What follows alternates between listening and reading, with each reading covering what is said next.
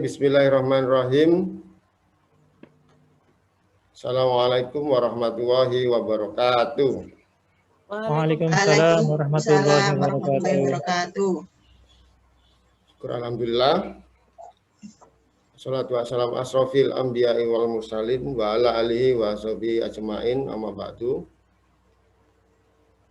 Yang terhormat Bu dosen, yang saya hormati teman-teman kelompok C, S2 Umsidah Manajemen Pendidikan Islam. Pada kesempatan kali ini kita akan mempresentasikan materi kita terkait strategi peningkatan mutu lembaga pendidikan Islam. Kami perkenalkan anggota kelompok kami, ada Bu Jamila, kemudian Bu Widayanti, Pak Ahmad, Wijal Fikri, dan saya sendiri, Agus Rianto. Nanti kita akan memaparkan bagaimana hal-hal terkait strategi apa untuk meningkatkan mutu lembaga pendidikan, terutama pendidikan Islam. Untuk itu, untuk penyaji pertama, Pak Fikri ya. Insya Allah. Saya persilakan. Baik, terima kasih Ustaz Agus. Bismillahirrahmanirrahim. Assalamualaikum warahmatullahi wabarakatuh. Waalaikumsalam warahmatullahi wabarakatuh. Yang kami hormati Ibu Dr. Istiqomah selaku dosen pengampu manajemen mutu, mata kuliah manajemen mutu, yang saya banggakan teman-teman semua. Pada kesempatan kali ini saya akan menyampaikan pendahuluan latar belakang, rumusan masalah dan tujuan dari makalah kali ini. Sebagai pendahuluan bahwa pendidikan merupakan faktor utama dalam pembentukan pribadi manusia. Pendidikan diharapkan mampu mencetak sumber daya manusia yang berkualitas. Lembaga pendidikan sebagai tempat mencetak manusia yang berkualitas harus berkualitas pula. Sebuah keharusan setiap lembaga pendidikan berusaha terus untuk meningkatkan mutu pendidikannya. Sebab dengan sistem pendidikan yang bermutu, diharapkan muncul generasi penerus bangsa yang berkualitas pula untuk melakukan perubahan yang lebih baik dalam berkehidupan berbangsa dan bernegara. Lembaga pendidikan dalam mutu selalu berpengaruh pada nilai jual. Slide yang selanjutnya.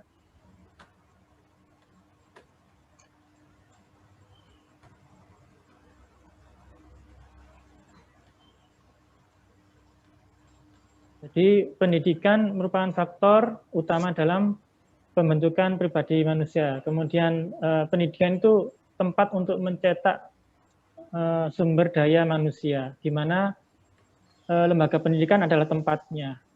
Dan lembaga pendidikan itu harus memiliki sistem pendidikan yang bermutu.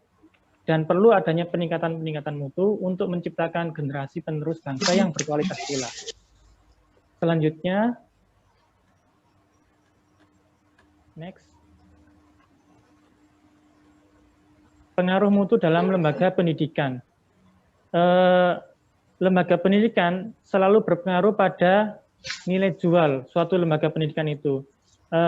Dengan prestasi dan prestis, lembaga menjadi sangat bergantung pada kualitas pembelajaran, sarana prasarana, fasilitas pendukung, guru dan siswa, serta hasil pembelajaran. Semakin bermutu lulusannya, maka yang dihasilkan akan meningkatkan nilai jual dan ketertarikan pelanggan untuk masuk ke lembaga pendidikan juga akan semakin meningkat. Next. Inilah yang menjadikan mutu pendidikan sangat penting bagi lembaga pendidikan seperti lembaga pendidikan Islam. Permasalahan pendidikan kita yaitu pendidikan dihadapkan oleh bangsa Indonesia, pendidikan di negara kita ini masih rendah mutu pendidikannya ya. Pada setiap jenjang dan satuan pendidikannya ini, khususnya pendidikan dasar dan menengah, perlu ditingkatkan. Berbagai usaha telah dilakukan untuk meningkatkan mutu pendidikan nasional, namun indikator mutu pendidikan masih belum menunjukkan peningkatan yang merata.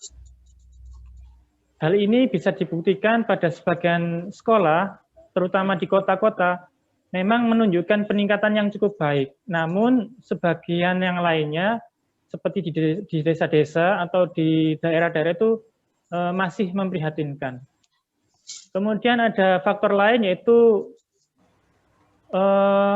mutu pendidikan selama ini kurang berhasil karena strategi pembangunan pendidikan masih bersifat input oriented, artinya orientasinya masih berpaku pada sumber daya manusianya, guru, kemudian input murid-muridnya, kemudian alat-alatnya, kemudian perangkat-perangkatnya.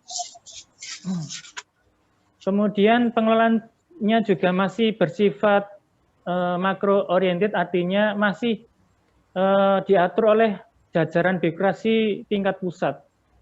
Akibatnya banyak faktor yang diproyeksikan di tingkat makro itu tidak berjalan sebagaimana mestinya, seperti di sekolah-sekolah atau di madrasah seperti itu. Next. Maka dari itu pendidikan yang bermutu juga harus melakukan strategi peningkatan mutu dalam mengelola dan mengembangkan pendidikan Islam, baik di pesantren, madrasah, atau sekolah-sekolah Islam dengan menerapkan prinsip-prinsip, metode pendekatan, strategi peningkatan mutu. Next. Maka kelompok kami merumuskan masalahnya. Yang pertama yaitu apa pengertian mutu dan peningkatan mutu, apa faktor-faktor peningkatan mutu pendidikan dalam pembelajaran. Kemudian yang ketiga, apa unsur-unsur peningkatan mutu dalam pembelajaran. Yang keempat, apa indikator mutu pendidikan. Yang kelima, bagaimana konsep mutu dan standar mutu pendidikan. Dan yang keenam, bagaimana strategi mutu dalam upaya peningkatan mutu pendidikan Islam. Dan tujuan dari makalah ini adalah untuk mengetahui pengertian mutu dan peningkatan mutu, kemudian yang kedua mengetahui faktor-faktor peningkatan mutu pendidikan dalam pembelajaran, yang ketiga mengetahui unsur-unsur peningkatan mutu dalam pembelajaran, yang keempat mengetahui indikator mutu pendidikan, yang kelima mengetahui mengetahui konsep mutu dan standar mutu pendidikan, dan yang keenam mengetahui strategi mutu dalam upaya peningkatan mutu pendidikan Islam. Next. Sebagai tambahannya bahwa hakikat mutu pendidikan yaitu mutu pendidikan adalah suatu pelayanan tentang keunggulan hasil kerja ditinjau dari segi input, proses, output, dampak maupun manfaat yang dapat ditingkatkan melalui manajemen. Artinya bahwa hakikatnya ini adalah pelayanan kepada pelanggan untuk memperoleh keunggulan hasil kerja. Selanjutnya, next.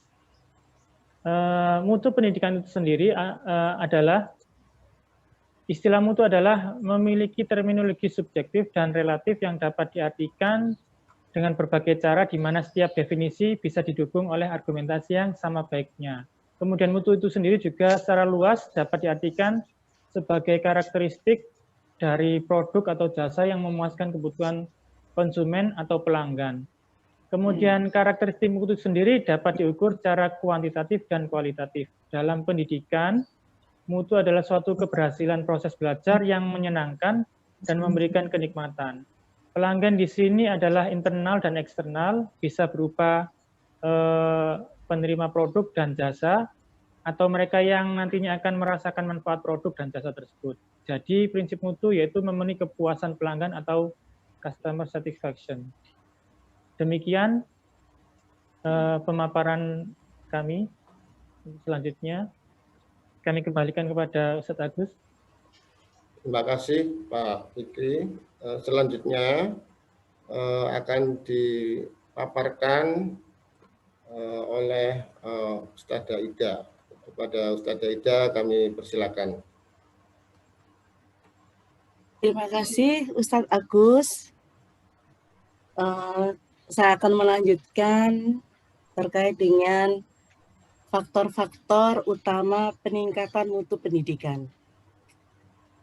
Untuk meningkatkan mutu pendidikan di sekolah, Sudarwan Danim mengatakan bahwa jika sebuah institusi hendak meningkatkan mutu pendidikannya, maka minimal harus melibatkan 5 faktor yang dominan. Yang pertama adalah kepemimpinan kepala sekolah. Yang kedua, guru. Yang ketiga, siswa. Yang keempat, kurikulum. Dan yang kelima adalah jaringan kerjasama. Untuk kepemimpinan kepala sekolah memang harus memiliki dan memahami visi kerja secara jelas, mampu dan mau bekerja keras, serta mempunyai dorongan kerja yang tinggi. Kemudian untuk tenaga pendidik, pelibatan guru secara maksimal dengan meningkatkan kompetensi dan profesi kerja guru dalam kegiatan seminar, lokakarya, serta pelatihan sehingga hasil dari kegiatan tersebut diterapkan di sekolah. Untuk peserta didik, yang ketiga, pendekatan yang harus dilakukan adalah anak itu sebagai pusat, sehingga kompetensi dan kemampuan siswa dapat digali sehingga sekolah dapat menginventarisir kekuatan yang ada pada siswa. Kemudian untuk kurikulum, adanya kurikulum yang konsisten, dinamis, dan terpadu dapat memungkinkan dan memudahkan standar mutu yang diharapkan sehingga goals dapat dicapai secara maksimal. Kemudian yang kelima, kerjasama. Next, selanjutnya. Nah, di sini Arif Rahman mengatakan bahwa setidaknya ada 4 hal penting yang dapat meningkatkan mutu pembelajaran dan berlanjut pada mutu pendidikan yang ada di sekolah. Yang pertama ini adalah peningkatan mutu. Nah, peningkatan mutu di sini, sekolah harus menjadi tempat yang unggul untuk kegiatan pembelajaran. Kemudian yang kedua, aspek peningkatan mutu.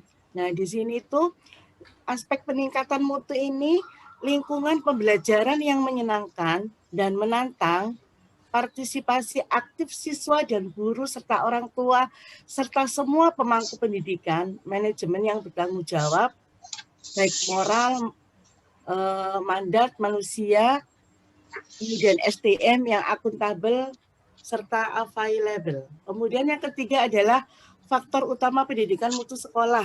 Nah, di sini pendidik dan tenaga kependidikan yang profesional, proses pembelajaran yang aktif yang ditunjang oleh fasilitas pembelajaran, serta partisipasi siswa dan orang tua siswa kepada program sekolah. Kemudian yang keempat adalah program penunjang perbaikan mutu. Di sini kreativitas kemasan kurikulum, intrakurikuler dan ekstrakurikuler. Siswa juga siap menghadapi program pembelajaran. Kemudian slide selanjutnya adalah peningkatan mutu pendidikan melalui pembelajaran. Nah, Saiful Sagala di dalam bukunya menyatakan bahwa pembelajaran itu mempunyai 2 karakteristik. Yang pertama, dalam proses pembelajaran itu melibatkan proses berpikir. Kemudian yang kedua, dalam proses pembelajaran membangun suasana dialogis dan proses tanya jawab. Dari sini dapat dipahami bahwa proses pembelajaran yang baik dapat dilakukan oleh siswa baik di dalam maupun di luar kelas. Dan dengan karakteristik yang dimiliki oleh siswa, itu diharapkan mereka mampu berinteraksi dan bersosialisasi dengan teman-temannya secara baik dan bijak. Next, slide selanjutnya. Nah, meningkatkan mutu pendidikan ini merupakan proses pembelajaran. Ya, yang pertama adalah proses pembelajaran yang menyenangkan, yang berinovasi dan penuh kreativitas, kemudian mendorong anak-anak terbangun motivasinya. Namun proses pembelajaran juga tergantung dari potensi guru, kecakapan guru, dan juga kemampuan guru. Next. proses pembelajaran yang mendorong kreativitas juga mendukung untuk memenuhi 4 kompetensi yang harus dimiliki generasi bangsa dalam menghadapi tantangan abad 21. Nah, 4 kompetensi yang biasa disebut 4C tersebut meliputi yang pertama adalah critical thinking atau berpikir kritis. Kemudian yang kedua, collaboration, kemampuan bekerjasama dengan baik. Kemudian yang ketiga adalah communication, berkomunikasi, dan creativity, kreativitas. Menurut Cipriano ya, menegaskan bahwa dari keempat kompetensi tersebut harus masuk ke dalam proses pembelajaran di sekolah setiap hari. Menurutnya, inovasi dan kreativitas bisa menjadi kekuatan Indonesia yang menjadi bonus demografi, sehingga generasi bangsa akan bisa bersaing dengan negara lain di abad 21. Nah, jadi dalam proses pembelajaran juga harus dimasukkan pendidikan karakter supaya mutu pendidikan di lembaga Islam tetap unggul dan maju. Demikian untuk selanjutnya mungkin saya serahkan kepada moderator untuk meneruskan penjelasan slide berikutnya. Terima kasih kepada Ustadz Aida. Mungkin selanjutnya kepada Ustadz Jamila bisa memaparkan materinya. Saya persilakan. Terima kasih Ustadz Agus. Baiklah, akan saya lanjutkan tentang unsur-unsur penting dalam peningkatan mutu pembelajaran. Di sini ada 2 pendekatan yang penting untuk meningkatkan mutu pembelajaran, yaitu pendekatan mikro pendidikan dan pendekatan makro pendidikan. Untuk pendekatan mikro pendidikan adalah pendekatan terhadap pendidikan dengan indikator kajiannya dilihat dari hubungannya antara elemen peserta didik, pendidik, dan interaksi keduanya dalam usaha pendidikan. Jadi secara lengkapnya, elemen mikro ini adalah kualitas manajemen, kemudian pemberdayaan satuan pendidikan, profesionalisme dan ketenagaan, serta relevansi kebutuhan. Berdasarkan tinjauan mikroelemen, guru dan siswa merupakan bagian dari pemberdayaan satuan pendidikan yang merupakan elemen sentral dari pendidikan. Pendidikan untuk kepentingan peserta didik mempunyai tujuan dan untuk mencapai tujuan ini ada beberapa sumber dan kendala. Dengan memperhatikan sumber dan kendala, ditetapkan bahan pengajaran dan diusahakan berlangsungnya proses untuk mencapai tujuan. Proses ini akan menampilkan hasil belajar. Hasil belajar perlu dinilai dari hasil penilaian dan dapat menjadi umpan balik sebagai bahan masukan dan pijakan. Sedangkan untuk yang pendekatan makro pendidikan, ini terdiri dari input sumber, kemudian ada proses pendidikan, dan yang terakhir adalah hasil pendidikan. Input sumber pendidikan akan mempengaruhi dalam kegiatan proses pendidikan, di mana proses pendidikan didasari oleh berbagai unsur sehingga semakin siap dan semakin lengkap komponen pendidikan yang dimiliki suatu lembaga. Jadi kalau komponen pelengkapnya itu semakin lengkap, maka nanti hasil pendidikan yang diperoleh itu akan semakin baik. Selanjutnya, Ustadz. Nah, kemudian di sini ada indikator mutu pendidikan. Di sini ada 5 indikator yang bisa digunakan untuk menentukan mutu suatu pendidikan. Yang pertama adalah mutu masukan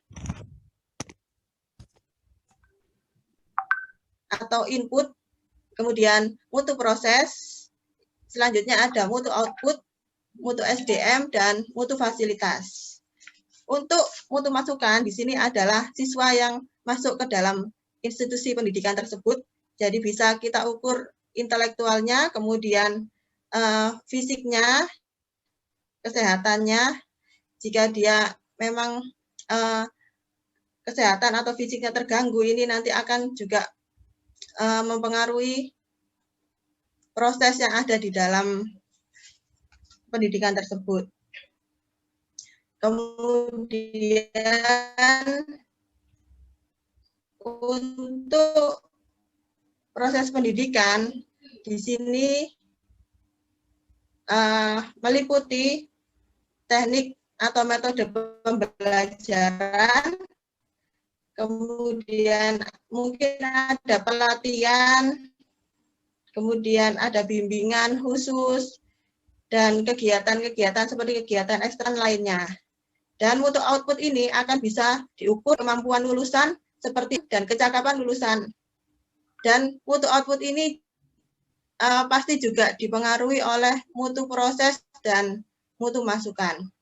Kemudian di sini ada mutu sumber daya manusia, yaitu kemampuan dari pendidik dan tenaga pendidik untuk mengarahkan siswa-siswanya menuju output yang diharapkan.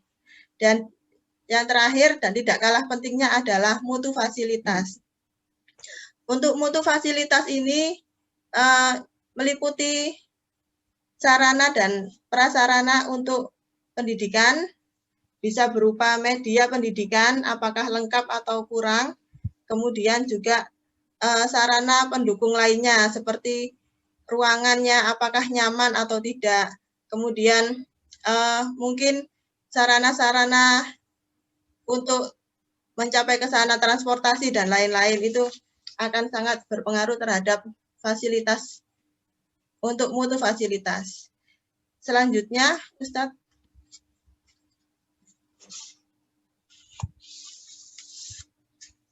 Nah, untuk yang selanjutnya adalah faktor-faktor yang mempengaruhi peningkatan mutu pendidikan.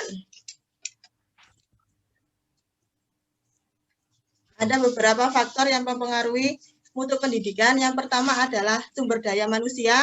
Ini terdiri dari kepala sekolah. Kepala sekolah ini adalah guru yang diberikan amanah lebih untuk menjadi pengendali dari seluruh kegiatan di sekolah.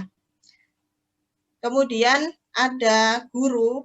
Guru ini adalah pendidik yang profesional. Tugas utamanya itu untuk mendidik, mengajar, membimbing, mengarahkan dan melatih, menilai dan mengevaluasi peserta didik. Jadi guru ini harus profesional agar bisa mengarahkan anak-anaknya untuk sesuai dengan tujuan yang diharapkan.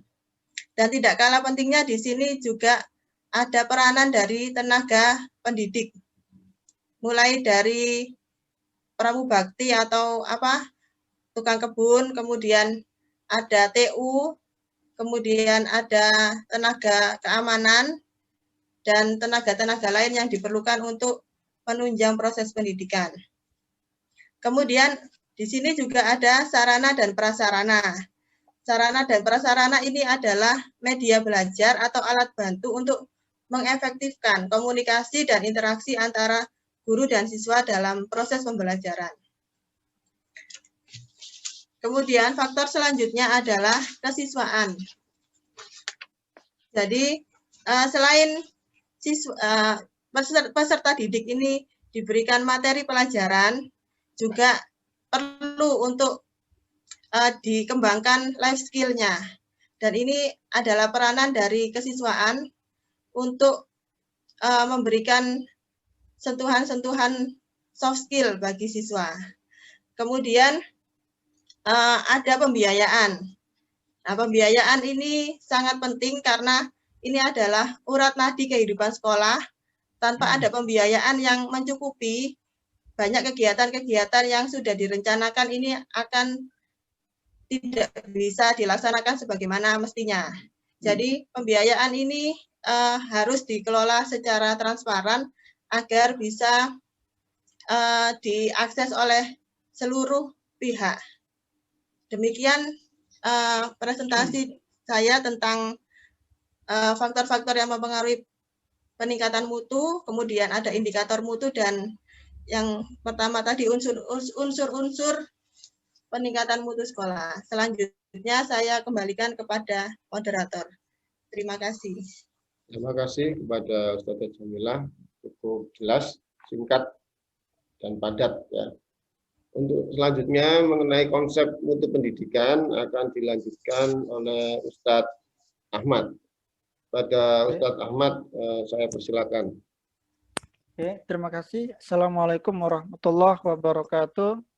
Waalaikumsalam warahmatullahi wabarakatuh. Yang kami hormati kepada Ibu Istiqomah selaku dosen, yang kami banggakan kepada teman-teman satu sekelompok.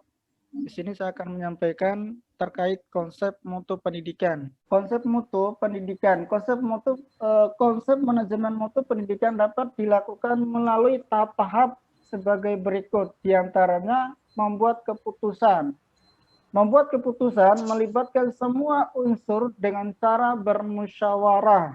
Artinya, di sini seorang pemimpin perusahaan atau kepala sekolah dalam sebuah lembaga harus memiliki inisiatif untuk selalu memiliki planning untuk bermusyawarah atau mendiskusikan hal-hal yang berkaitan dengan mutu pendidikan.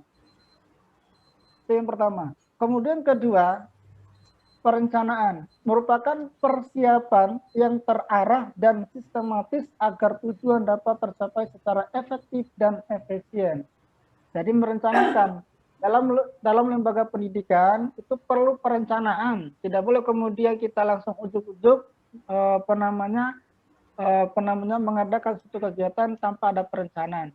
Artinya perencanaan ini sangat diperlukan dalam sebuah lembaga pendidikan ataupun dimanapun. Kemudian yang ketiga, mengorganisasikan adalah bertujuan agar pekerjaan yang akan dilaksanakan dapat dipertanggungjawabkan sesuai dengan tugas dan fungsinya masing-masing. Artinya, kepala sekolah harus benar-benar selektif di dalam memilih menetapkan karyawannya. Contoh, ketika kepala sekolah ingin memilih wakak kurikulum, harus ya sebelum kita memilih atau sebelum mengangkat seseorang ke wakak kurikulum atau ke wakak siswaan, harus ada seleksi yang betul-betul ketat. Tujuannya apa? Supaya nanti tidak mengecewakan, supaya nanti tidak bekerja atau ya bekerja tidak asal-asalan.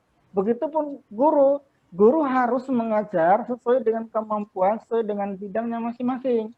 Tidak boleh kemudian yang pendidikan agama ngajar penjaskes atau sebaliknya. Kalau kemudian itu terjadi, maka hancurlah sebuah pendidikan kita. Agar kemudian pendidikan kita memiliki mutu yang luar biasa, maka kepala sekolah harus cerdas dan selektif di dalam memilih tenaga pendidik dan lain sebagainya. Kemudian mengkomunikasikan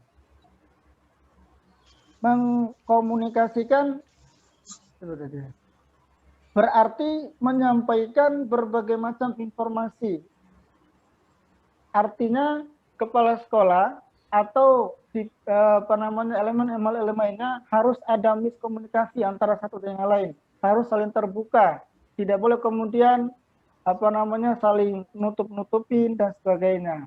Ini intinya dalam hal ini kepala sekolah atau bawahannya atau sebaliknya harus sering berkomunikasi atau tidak ada jarak antara keduanya. Setiap ada informasi harus disampaikan, setiap ada keputusan harus dimusyawarahkan dan lain sebagainya. Kemudian mengkoordinasikan, yaitu mempersatukan sumbangan dan saran dari anggota, mengawasi yaitu mengetahui proses.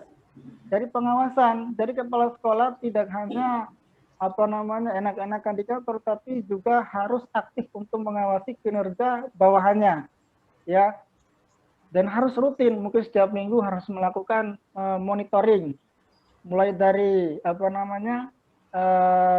wakak kurikulum, kesiswaan, dan lebih-lebih kepada tenaga pendidik, dan harus benar-benar diawasi dan dikoordinir dan sebagainya. Kemudian mengawasi, kemudian menilai. Menilai merupakan prinsip manajemen untuk mengetahui apakah suatu program tercapai tujuan atau tidak. Dalam hal ini, untuk mengetahui tercapai atau tidaknya, maka kepala sekolah harus memiliki inisiatif setiap hari atau setiap pekan atau setiap bulan, mungkin punya planning pertemuan antara kepala sekolah dengan bawahannya. Tujuannya apa?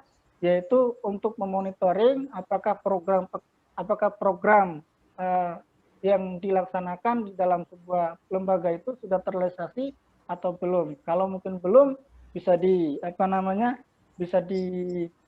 dikoordinasikan untuk mengaktualisasikan apa yang menjadi program. Tujuannya apa? Supaya nanti mutu pendidikan bisa lebih berkembang, lebih maju, dan lain sebagainya.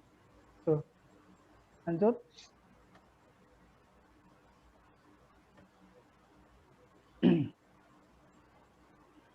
Pilih. Ya. Oke. Inventaris kebutuhan stakeholder, memilih dan menganalisis stakeholder yang potensial. Artinya stakeholder ini kan eksternal, internal dan eksternal. Internal ini lebih mengarah ke orang yang memegang saham atau orang yang bisa dikatakan sebagai orang yang pemimpin lah. Sedangkan internalnya adalah konsumennya.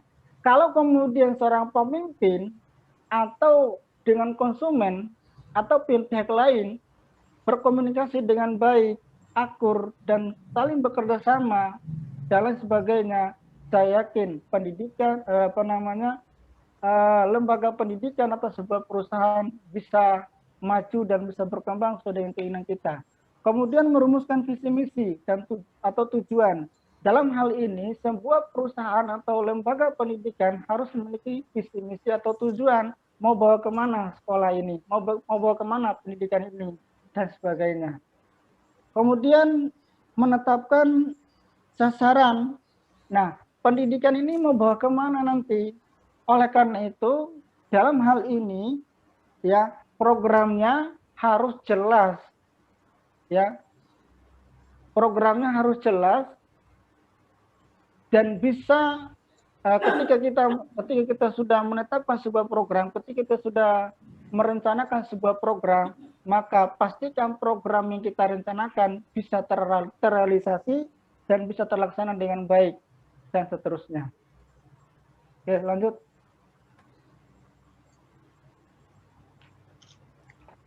Oke. Kemudian standar mutu pendidikan. Standar mutu pendidikan mengacu pada 8 standar nasional pendidikan yang ditetapkan oleh Badan Standar Nasional Pendidikan atau BSNP. Yaitu yang pertama standar isi. Standar isi ini mencakup lingkup materi minimal dan tingkat kompetensi minimal untuk mencapai kompetensi lulusan minimal pada jenjang jenis pendidikan tertentu sebagaimana yang tertuang dalam Permendikbud nomor 21 tahun 2016. Kemudian standar proses.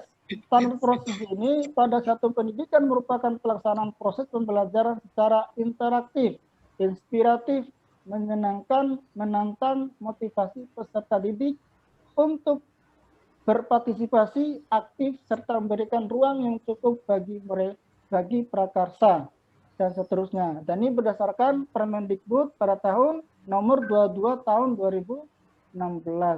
Kemudian standar kompetensi lulusan atau SKL. Untuk pendidik dasar dan menengah melaksanakan peraturan Menteri nomor 22 tahun 2006. Isinya apa? Nomor 22 tahun 2006 ini adalah kerangka dasar dan struktur kurikulum. Kemudian kurikulum tingkat satuan pendidikan atau kalender pendidikan dan sebagainya. Kemudian standar pendidik dan tenaga kependidikan atau SPTK, di mana pendidik harus memiliki kualifikasi akademik dan kompetensi sebagai agen pembelajaran sehat jasmani dan rohani, serta memiliki kemampuan untuk mewujudkan tujuan pendidikan nasional, sebagaimana yang tertuang di dalam Permendikbud yang ada di PPT ini. Kemudian yang kelima, standar sarana dan prasarana atau SPP. Setiap satuan pendidikan wajib memiliki sarana yang meliputi perabot, peralatan pendidikan, media pendidikan, buku dan sumber belajar lainnya, bahan habis pakai, serta perlengkapan lain yang diperlukan untuk menunjang proses pembelajaran dalam sebuah lembaga pendidikan. Ya, sebagaimana yang tertera yang diatur dalam Permendikbud nomor 69 tahun 2009. Kemudian terakhir ini ya. Standar pembiayaan. Oke, standar pembiayaan. Standar pembiayaan ini yang dilakukan dalam manajemen sekolah sesuai dengan standar nasional pendidikan terdiri atas biaya investasi, bantuan pendidikan, biaya personal, biaya operasional satuan pendidikan. Sebagaimana yang diatur oleh Permendikbud nomor 69 tahun 2019. Kemudian standar penilaian pendidikan atau SPP yang dilakukan di sekolah dasar mengacu pada sistem penilaian berkelanjutan yang dikembangkan oleh tim jaringan kurikulum. Standar penilaian pendidikan pada jenjang pendidikan dasar terdiri atas penilaian hasil belajar oleh pendidik, penilaian hasil belajar oleh suatu pendidikan, dan penilaian hasil belajar oleh pemerintah. Standar penilaian pendidik yang dilakukan di SD dilakukan melalui penilaian tertulis, lisan, dan praktek.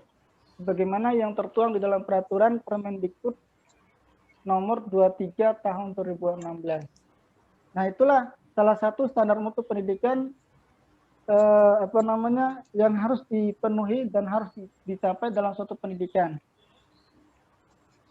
Karena ini hanya sekedar konsep, maka saya akan sekedar menyampaikan konsep saja. Oke, mungkin itu saja yang bisa kita sampaikan. Oke, terima kasih Ustadz Ahmad. Luar biasa, cukup panjang lebar ya, jelas. Selanjutnya saya sendiri akan menjelaskan terkait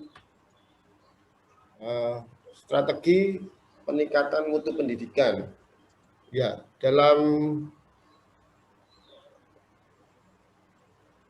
langkah untuk strategi bagaimana meningkatkan mutu pendidikan, sekolah ternyata juga sudah mulai mengadopsi TQM. TQM itu Total Quality Management yang biasanya digunakan oleh perusahaan-perusahaan.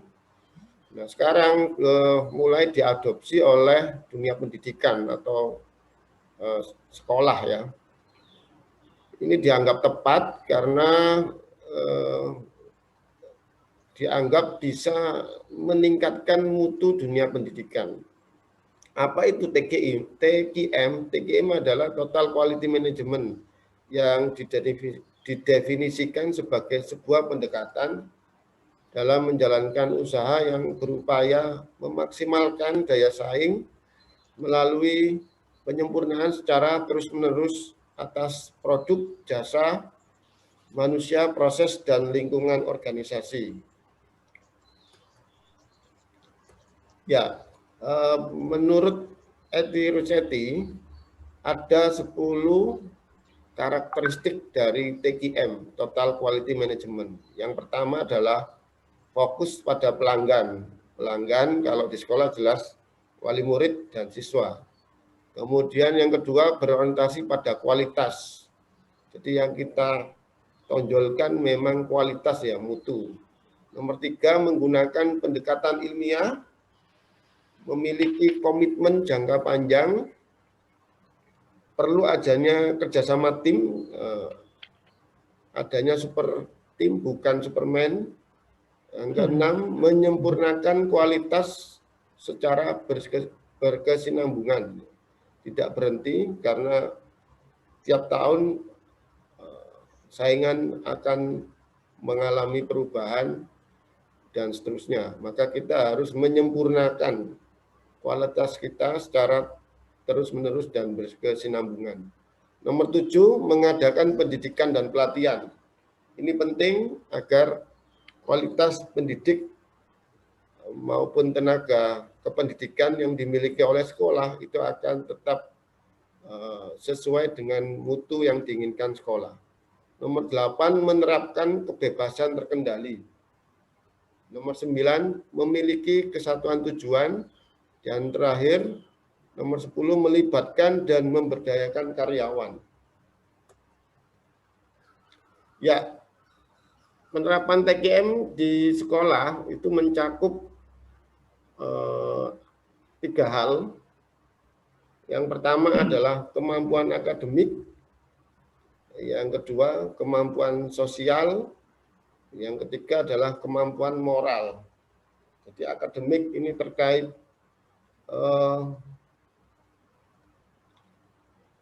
kurikulum, pembelajaran, realitas di sekolah, ini sangat penting karena lulusan akan dilihat dari kemampuan secara akademik, akan mampu menguasai pembelajaran atau tidak. Nomor 2, kemampuan sosial.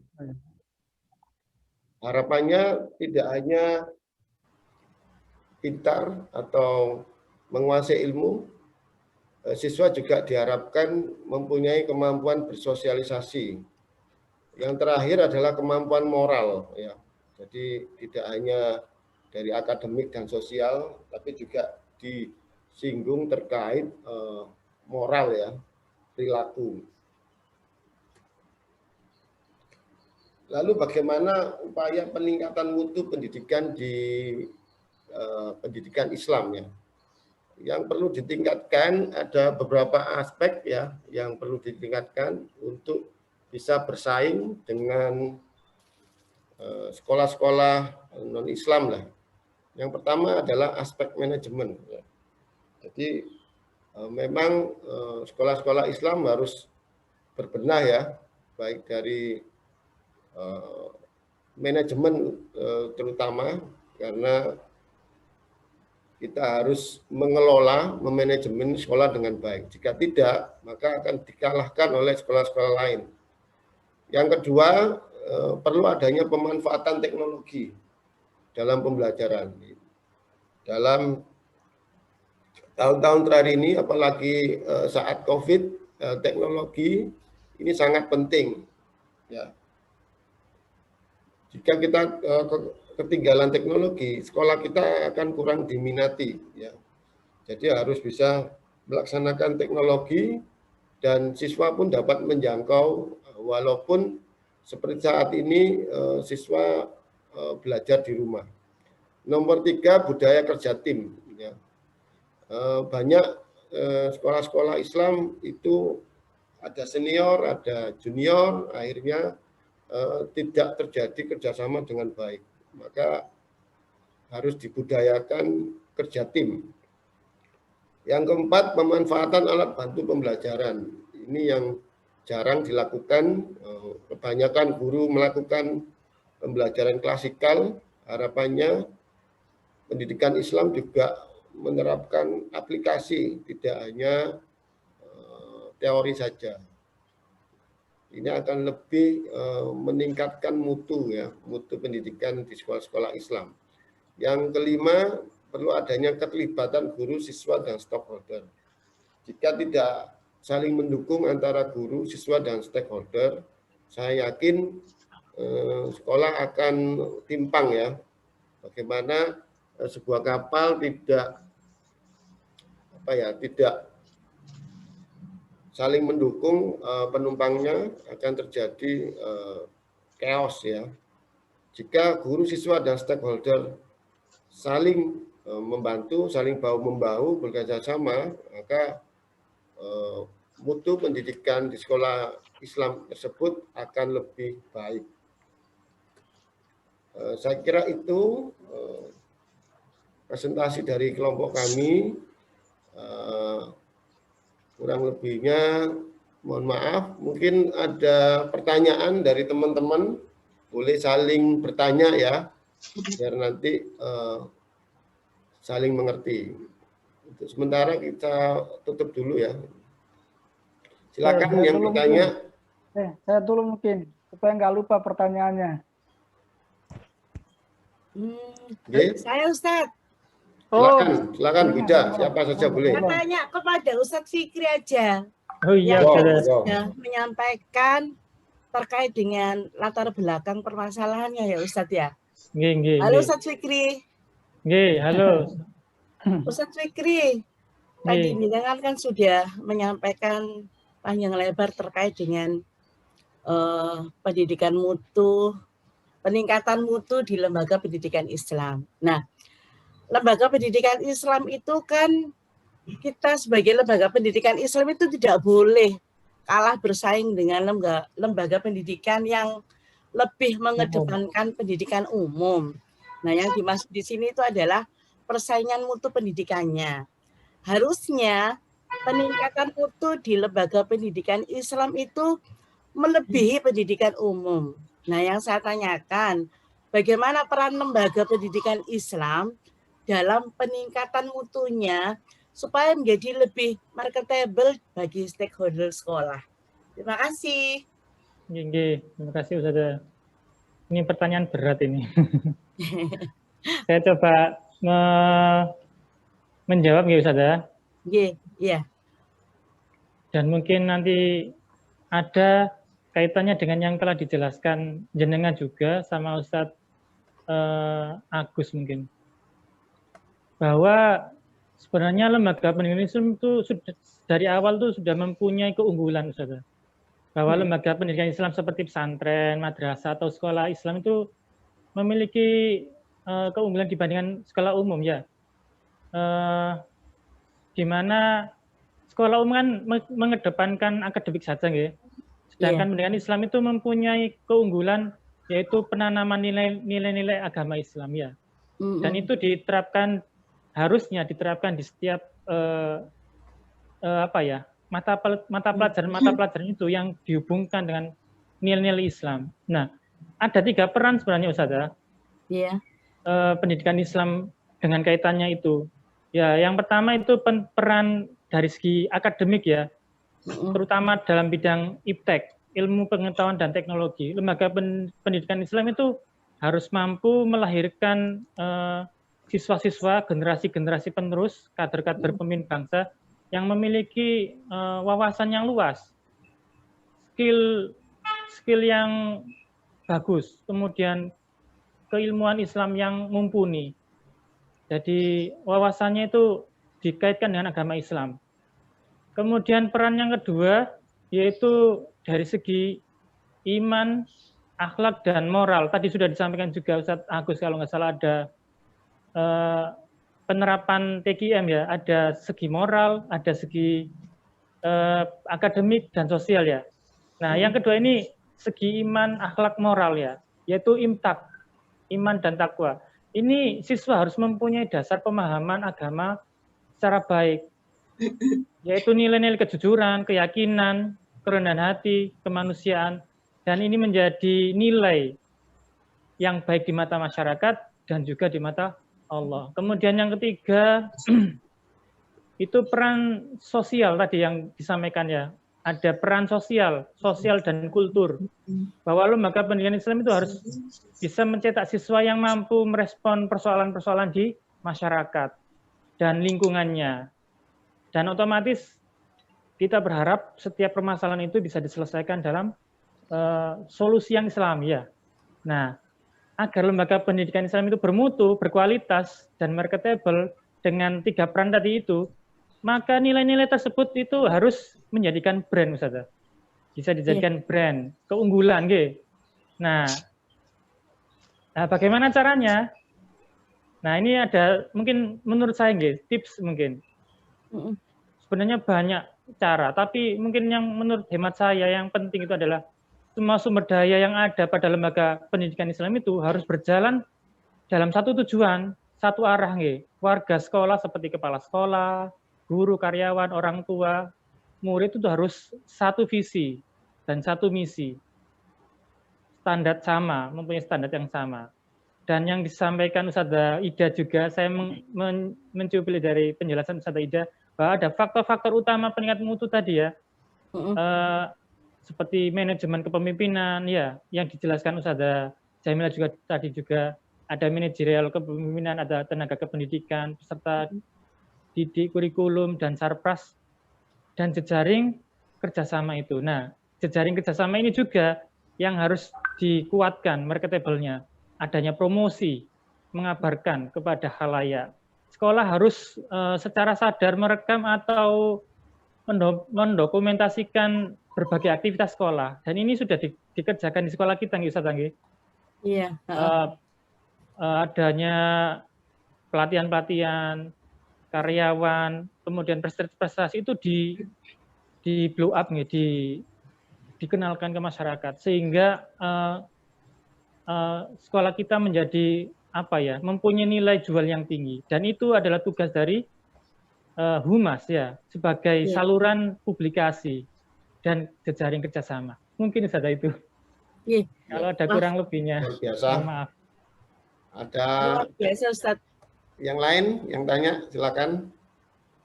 Saya Ustadz. Monggo. Jamila. Terima kasih kesempatannya. Ini saya mau bertanya kepada Ustazah Ida. Tadi kan Ustazah Ida menjelaskan itu salah satu upaya untuk meningkatkan mutu itu kan dengan jejaring ya, kerjasama. Gitu nggih Ustazah? Iya, betul. Nah, untuk kerjasama ini kalau sekolah itu dengan institusi apa saja Ustazah? Apakah cuma sesama sekolah saja atau mungkin kita bisa bekerja sama dengan yang lain agar bisa meningkatkan mutu pendidikan? Demikian pertanyaan saya, Ustazah. Terima kasih Ustazah Jamila. Oke, saya akan membantu menjawab pertanyaan dari Ustazah Jamila yang ditanyakan tadi, salah satunya dari untuk meningkatkan mutu tadi itu kan ada jaringan kerjasama ya, dengan pihak mana saja kita perlu membangun networking kan gitu ya. Jadi kalau menurut saya keberhasilan sebuah sekolah itu ditentukan oleh kerjasama yang baik antara stakeholder sekolah dengan stakeholder pendidikan. Nah, stakeholder sekolah ini contohnya guru, kepala sekolah, seperti itu.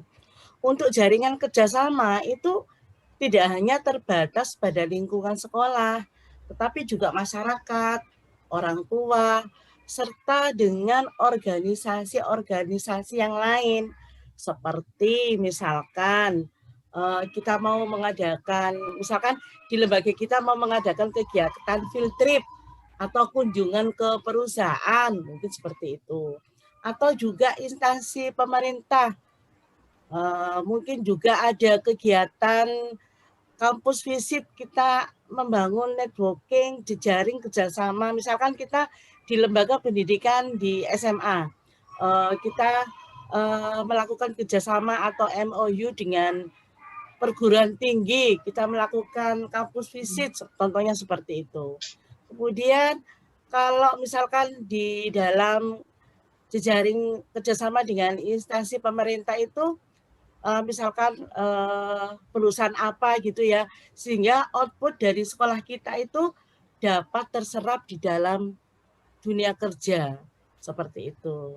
Apalagi info perkembangan di dunia ini, baik pendidikan, ekonomi, politik, ataupun budaya, dan lain sebagainya itu kita bisa jejaring dengan internet ya, semua bisa didapatkan hanya dengan mengakses melalui layanan internet. Itu salah satu contoh tanpa harus mendatanginya. Dan dengan intinya jejaring kerjasama untuk meningkatkan mutu pendidikan di sekolah itu kita tidak hanya bekerja sama di dalam yang ada di dalam sekolah itu, tapi juga ada yang di luar, misalkan perusahaan, perguruan tinggi, kemudian pemerintahan, contohnya seperti itu. supaya pengembangan anak-anak kita menjadi luas. Saya kira itu. Mungkin ada yang menambahkan. Baik, Sepakat, terima Ustazah. kasih Ustazah. Lengkap sekali jawabannya. Terima kasih Ustazah Jamila. Ini silakan selanjutnya yang tanya Pak Fikri. Ya, Ustaz, saya coba bertanya nggih. Oke. Mumpung masih hangat istilahnya. Begini Ustaz. Tadi ke Ustadz siapa ini ya? Ustadz ini aja. Ustadz Agus ya. Ya. Tadi Ustadz Agus sudah menjelaskan tentang total quality management bahwa sistem mutu kan harus memiliki pendekatan sistematis ya untuk mencapai peningkatan kualitas yang berkelanjutan ya. Ya. Nah, tadi juga disebutkan TKIM itu kan dipraktekkan di bisnis juga. Nah, ini dipraktekkan di pendidikan, terutama pendidikan Islam. Nah, terdapat poin kualitas karakteristik TKIM tadi yaitu menyempurnakan kualitas yang berkesinambungan. Nah, ini kan harus ada pendekatan yang berbeda-beda nggih dalam setiap pendidikan. Beda dengan dunia usaha. Nah, ini bagaimana caranya cara yang tepat untuk menerapkan karakteristik berkesinambungan agar di satuan pendidikan itu bisa mempunyai daya saing seperti yang dijelaskan Ustadz Agus tadi itu. Terima kasih. Pak Fikri, saya akan coba menjawab. Ya, TKI memang awalnya dari perusahaan ya, jadi ini sudah terbukti, akhirnya diadopsi oleh dunia pendidikan. Penyempurnaan kualitas yang berkesinambungan itu maksudnya adalah kita harus tetap meningkatkan mutu pendidikan kita, tidak hanya itu saja, karena tiap tahun itu mutu pendidikan akan berkembang ya. Jadi tidak hanya stagnan. Ya, jadi kalau kita hanya mutunya tetap di satu titik saja dan tahun depan tidak ada perubahan, maka bisa tidak dilirik oleh konsumen atau wali murid. Contoh seperti ini, dulu hafalan ya, sekolah menonjolkan program hafalan. Nah, lambat laun ternyata hafalan ada yang lebih meningkat lagi ya. Program-program tambahan yang lain, tidak hanya hafalan saja. Dulu hafalannya hanya juz 30. Akhirnya sekarang hafalannya hingga 3 juz ya. 30, 29, 28. Nah, ini kita harus meningkatkan itu terus ya. Karena sekolah lain juga melihat ya, melirik sekolah kita ya. Seperti apa sih yang ditonjolkan oleh sekolah tersebut, maka sekolah-sekolah lain akan meniru. Nah, jika kita tidak berubah, jika tidak menyempurnakan atau meningkatkan kualitas kita, maka kita juga akan ketinggalan ya. Jadi setiap tahun harus kita tingkatkan terus. Saya kira itu Pak jawabannya. Berarti cara yang tepat itu selalu melakukan perubahan ya tadi ya? Betul. Jadi perubahan tidak pernah berhenti ya. Jadi kita harus juga melihat pesaing tetangga kita, tidak hanya melihat diri kita sendiri ya. Saat ini sudah banyak siswanya sudah maju, ternyata di dunia luar itu sudah ada perkembangan atau tren baru. Bayangkan nanti sekolah kita ketinggalan, akhirnya ditinggal oleh konsumen. Maka harus meningkatkan terus, menyempurnakan terus kualitas secara terus-menerus. Ya, terima kasih Ustaz. Oke. Dari saya pertanyaan kepada Ustadz Ahmad. Ustadz Ahmad. Oke, monggo. Ya, tadi disebutkan ada standar pembiayaan ya. Oke. Nah, kalau sekolah yang maju kan sudah enak ya, biayanya sudah, modalnya sudah besar, biayanya besar, akhirnya bisa meningkatkan ya atau menjaga mutunya. Bagaimana kalau sekolah itu kecil ya, dananya juga terbatas ya. Ini bagaimana untuk bisa mencapai atau menyamakan hingga ke standar pembiayaan, sesuai standar pembiayaan yang sudah distandarkan. Bagaimana? Oke, Bismillahirrahmanirrahim. Saya berusaha akan menjawab. Yang pertama, memang kalau untuk pembiayaan atau dana itu sangat diperlukan dalam sebuah pendidikan, seperti yang dikatakan oleh Ustazah kita tadi, Ustazah Jamila kalau nggak salah, pembiayaan atau dana itu adalah urat nadi dalam sebuah pendidikan atau sebuah lembaga. Oke, dalam hal ini saya rasa tidak dana itu memang sangat-sangat dibutuhkan dalam sebuah pendidikan, tetapi jangan kemudian kita menganggap dana itu adalah segala-galanya. Saya rasa itu belum cukup. Ya, saya rasa belum tepat. Nah, bagaimana kemudian kita untuk mengatasi hal-hal seperti itu jika terjadi dalam sebuah lembaga kita yang kecil? Saya rasa kita kembalikan ke kepala sekolah ataupun pihak-pihak terkait yang ada di dalam sebuah lembaga pendidikan. Harus pintar dan cerdas dan inovasi bagaimana caranya pendidikan yang terbatas pendanaannya ya bisa melampaui atau bisa menyamakan sekolah-sekolah yang memiliki dana yang luar biasa. Yang pertama kita kembali ke kepala sekolah. Jadi kepala sekolah apa fungsinya? Ya, yang pertama mengkonsep dan merencanakan sesuatu. Ya, segala sesuatu tergantung kepala sekolahnya. Kalau kepala sekolahnya luar biasa, wawasannya luar biasa, inovasi, kreatif dan sebagainya, saya yakin tanpa dana pun insya Allah sekolah bisa tetap maju. Dan bahkan ada juga sebaliknya, Ustaz. Sekolah yang dananya luar biasa, gedungnya luar biasa, tetapi manajemennya nggak bagus, tetapi kemudian kepala sekolahnya istilahnya egois atau otoriter dan sebagainya. Dan saya rasa sekolah ini walaupun gedungnya bagus, pembiayaannya bagus, akan ditinggalkan oleh konsumen atau wali kelas dan sebagainya. Intinya yang pertama kita kembali ke kepala sekolah. Yang kedua yaitu kerjasama. Kerjasama atau sering miskomunikasi. Kalau kemudian sekolahnya tinggi, sekolahnya sudah lama, maju dan sebagainya, kalau kemudian internalnya selalu cekcokan atau tidak